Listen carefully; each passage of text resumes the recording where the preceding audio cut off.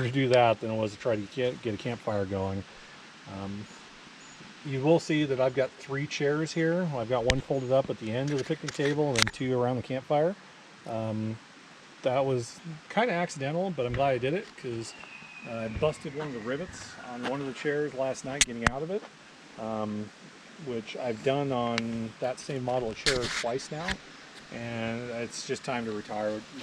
We got these Ozark Trail chairs at a benefit for one of our scout leaders in the spring, and we'll be using these moving forward. They're kind of cool. They actually have a cooler built into the armrest. Other than that, that's kind of our camp. We do bring locally sourced. I think this one was out of Utah, but it was advertised as not having any bugs in it. So, as far as our cooler in the vehicle,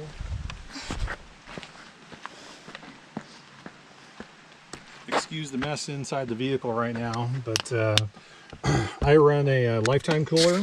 This is the 7-day version, so it's kind of like a Yeti, but it's bear rated if you throw a padlock on it.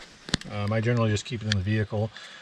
We run the typical variant of a block of ice and then the rest with regular ice, and that gives us at least 5 days of ice in the cooler itself. A lot of people will drain them. Don't drain your cooler. That's cold water. That's keeping everything cold already. It's just going to take longer to try to get that air that you have just created to cool down. We carry lots of propane because we're camping the next 2 weekends. So I've got propane bottles that we already had used that we're using up the rest of out of the boxes. We've got the box from the stove. I haven't come up. I'll probably end up getting the soft case for the stove. Just to try to take better care of it over time. We always carry rope with us in case we need something.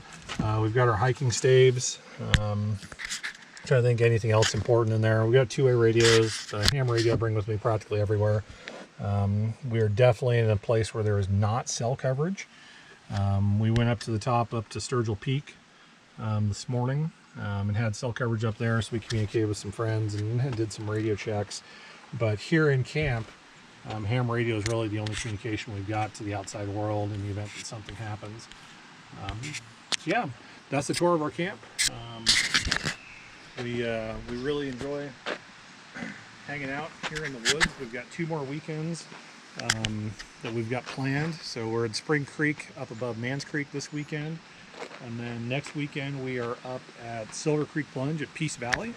And then the weekend after that, we're over on the west side of Lake Cascade. So the campground that's immediately behind Greg right now is actually the one. We've got a new scout family that's coming out that's going to meet us out here. They're staying Saturday through Monday, so we get to spend a couple days with those guys that just recently moved into the area. So we'll be nice and close to them, but again, maintaining social distancing. We'll be hanging out with our assistant cubmaster next weekend, and our committee secretary, and then the following weekend we'll be hanging out with our past assistant cubmaster and her family. So either way, thanks for listening to me run on about our camp adventures here from Spring Creek. This is Cubmaster AJ signing off.